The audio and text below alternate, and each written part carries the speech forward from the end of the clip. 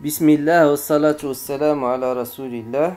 Bienvenue dans cette troisième vidéo de la correction du test psychotechnique pour la préparation au concours 2021.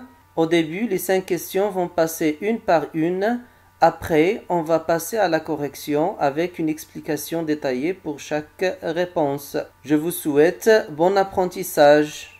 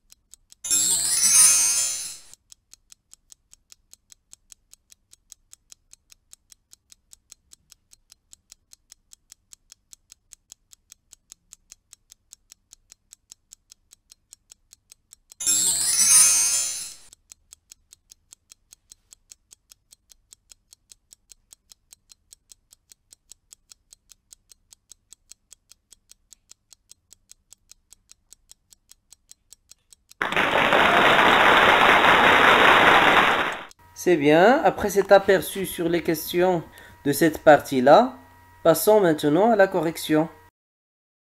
Question numéro 11. La moyenne des nombres x, y et z est égale à 600 et la moyenne des nombres u et v est égale à 3000. Parmi les propositions A, B, C et D, indiquez le carré de la moyenne des nombres u, v, x, y et z. Donc, quelle est la bonne réponse? La bonne réponse à cette question, c'est D. Voyons maintenant comment nous avons trouvé cette réponse. Passons à l'explication. C'est bien. Donc, quelles sont les données de cette question? Donc, nous avons ici la moyenne des nombres x, y et z est égale à 600. Donc mathématiquement parlant, la première donnée, c'est x plus y plus z sur 3. Ça, c'est la moyenne de ces trois nombres. Est égale à combien? Est égale à 600 d'après l'énoncé. C'est bien. La deuxième donnée, c'est quoi? La moyenne des nombres u et v est égale à 3000. Donc u et v, mathématiquement parlant, c'est u plus v sur 2 est égal à combien? Est égal à 3000. Maintenant, ce qui est demandé, c'est quoi? C'est le carré de la moyenne des nombres x, v, x, y et z. Donc, mathématiquement parlant, la moyenne, c'est quoi? C'est u plus v plus x plus y plus z sur 5. Donc 5 éléments, ça veut dire sur 5. Ça, c'est la moyenne. Mais ce qui est demandé, ce n'est pas la moyenne. C'est le carré de la moyenne. Ça veut dire la moyenne à la puissance 2. Donc on doit chercher ce nombre-là est égal à quoi? En utilisant bien sûr les données de l'énoncé. C'est bien. Donc comment nous allons procéder? Donc on doit séparer u et v avec x plus x, y, z. On doit prendre u et v et la diviser par 2. Et x plus y plus z la diviser par 3 pour utiliser les données que nous avons ici. La moyenne de u et v et la moyenne de x, y et z. Mais pour ne pas modifier le nombre, on doit ici multiplier par 2 et on doit ici multiplier par 3. Donc ce nombre-là, c'est le même nombre qui est là. Donc, c'est le nombre qu'on cherche. Et maintenant, on connaît ces deux moyennes. Donc, on peut trouver la solution. C'est bien. Donc, on remplace u plus v sur 2 par 3000, d'après l'énoncé. Et x plus y plus z sur 3 par 600, d'après l'énoncé. Et on fait le calcul. Donc, 3000 fois 2, c'est 6000. Et 600 fois 3, c'est 1800. Et on divise par 5 est égal à 7800 sur 5. Et 7800 sur 5. Et 7800 sur 5, il va donner 1560. Ça, ce n'est pas le nombre cherché. Ça, c'est la moyenne de U, V, X, Y, Z. Mais pour trouver le nombre cherché, qui est le carré, d'accord, qui est le carré, qu'est-ce qu'on doit faire? On doit le mettre à la puissance 2. Donc, on va trouver 2 4033 600. Et c'est la réponse D. Donc, la bonne réponse à cette question, c'est D. J'espère que vous avez bien compris l'explication. C'est pas trop compliqué. Passons maintenant à la question suivante.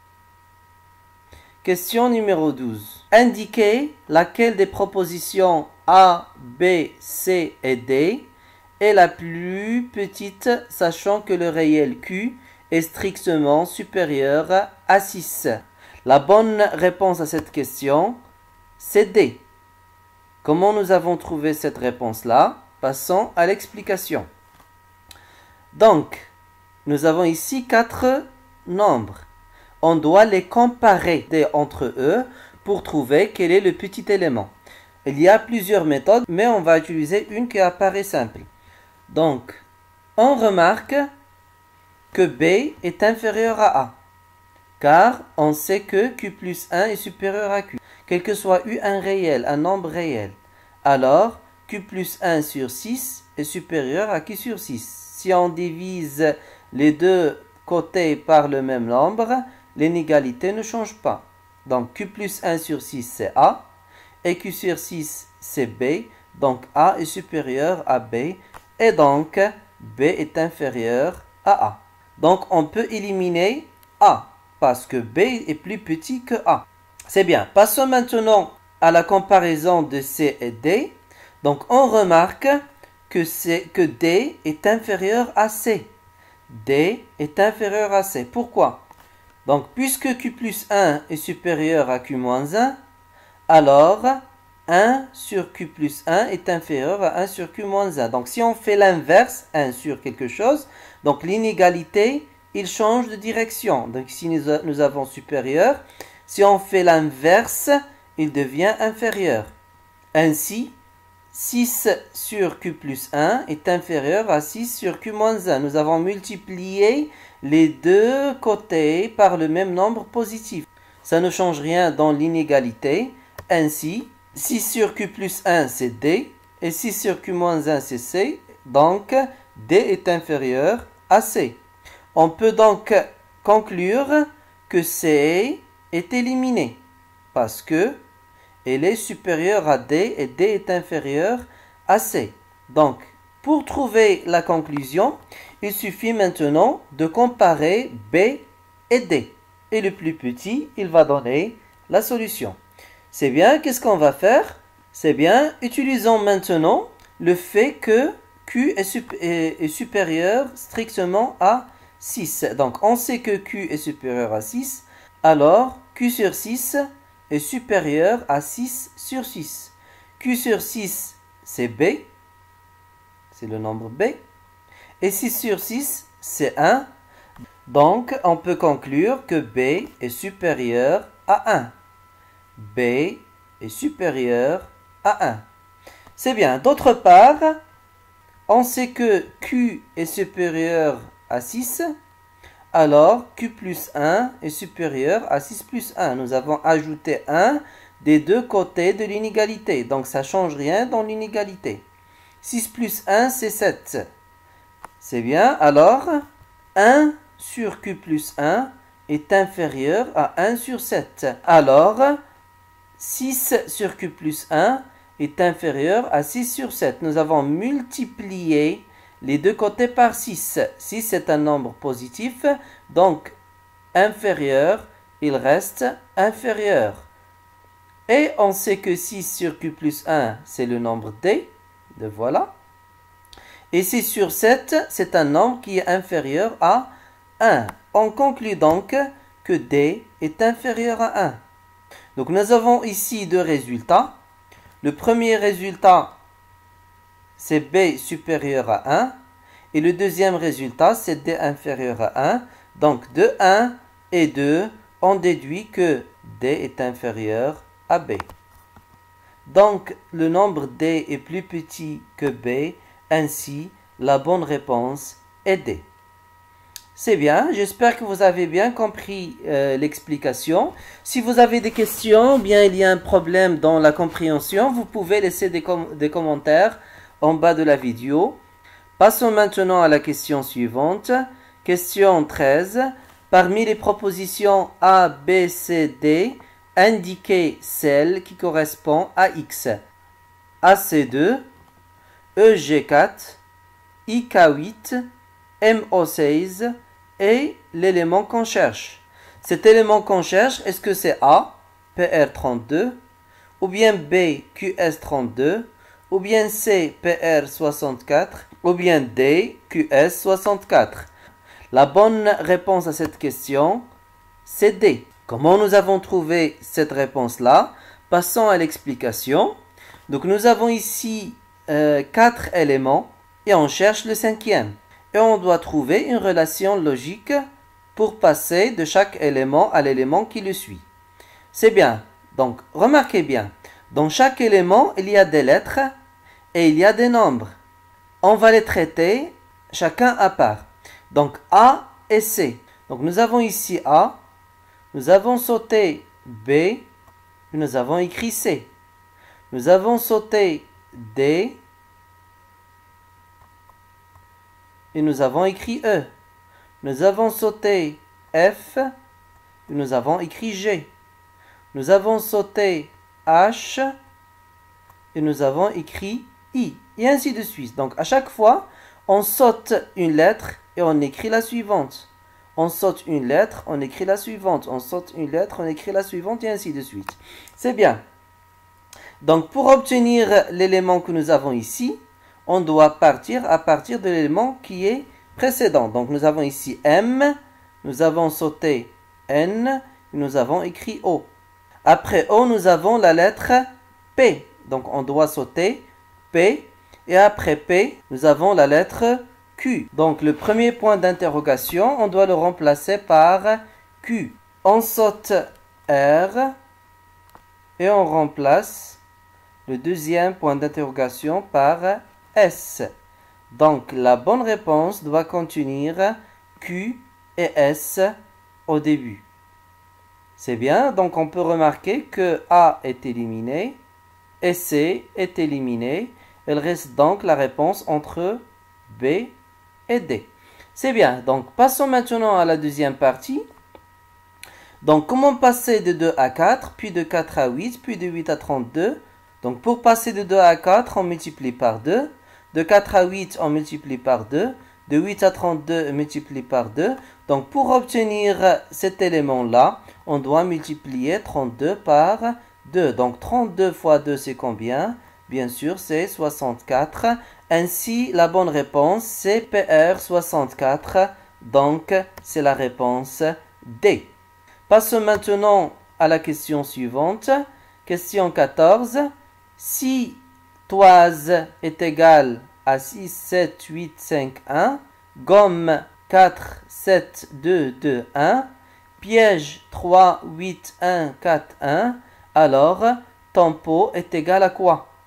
Parmi les propositions A, B, C, D, indiquez celle qui correspond à tempo. Est-ce que c'est A, B, C ou bien D? La bonne réponse à cette question, c'est B. Ça veut dire 6, 1, 2, 3, 7. Mais comment nous avons trouvé ça? Passons à l'explication. Donc, nous avons ici 3 mots, toise, gomme et piège. À chaque mot correspond un ensemble de numéros. Le but donc est de trouver quels sont les numéros qui correspondent au mot tempo. Donc, l'astuce est de remarquer chaque lettre, elle correspond à quel numéro. Commençons par E, puisque E existe partout. C'est bien, on remarque qu'à chaque fois que nous avons E dans le mot, il y a le numéro 1 qui correspond à cette lettre-là. Ici, nous avons E, c'est 1, E avec 1, E avec 1. C'est bien, donc, dans tempo, il y a E. Donc, à E, il doit correspondre quoi ici? Il doit correspondre le numéro 1. Et la même chose pour les autres lettres. Prenons la lettre T. Donc, on remarque ici que T correspond à 6. Donc, on doit écrire ici 6.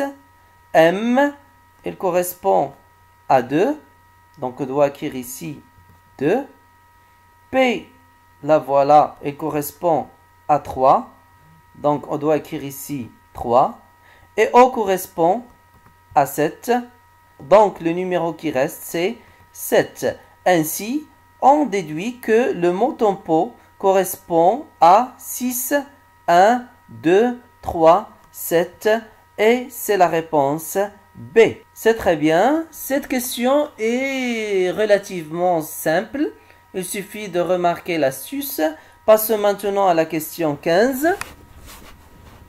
Parmi les propositions A, B, C et D, indiquez celle qui correspond à X. 56, 63, 36, 65, 49, 86, 68, le nombre qu'on cherche. Donc le nombre qu'on cherche, c'est une partie du dernier nombre. Est-ce que cette partie-là, c'est A, 59, ou bien B, 68, ou bien C, 86, ou bien D, 94? La bonne réponse à cette question, c'est D, ça veut dire 94. Mais comment nous avons trouvé ça? Passons à l'explication. Donc, nous avons ici 4 éléments, 4 nombres. Prenons le premier et le deuxième. On va remarquer quelque chose ici. On va l'utiliser pour trouver le nombre qu'on cherche à partir du troisième et quatrième nombre. C'est bien, donc nous avons ici 5, 6, 6, 3, 3, 6, 6, 5. Qu'est-ce qu'on remarque? On remarque ici que c'est comme s'il y a un axe de symétrie entre ces deux nombres-là. Donc 3 symétrique à 3, 6 symétrique à 6, 6 symétrique à 6 et 5 symétrique à 5. D'accord? Donc l'astuce de cette question, c'est de remarquer qu'il y a un axe de symétrie entre le premier nombre et le deuxième nombre. Et par la suite, entre le troisième nombre et le quatrième nombre, et ainsi de suite, si nous avons plusieurs éléments. Donc prenons maintenant le troisième nombre et le quatrième nombre, et on va essayer de déduire l'élément cherché. C'est bien, donc nous avons ici 4, 9, 8, 6. 6 est symétrique à 6, 8 est symétrique à 8, donc ici on aura quoi? On aura 9 pour être symétrique à 9, et dans l'autre côté, on aura 4 pour être symétrique à 4. Donc la bonne réponse à cette question, c'est 94, et c'est la bonne réponse qui est la réponse D. C'est très bien, j'espère que vous avez bien compris cette troisième série. Vous pouvez voir les anciennes vidéos dans la description. Merci pour votre attention. N'hésitez pas à vous abonner, à mettre j'aime et à activer la cloche pour recevoir du nouveau. Merci à tous. Bon courage à tous.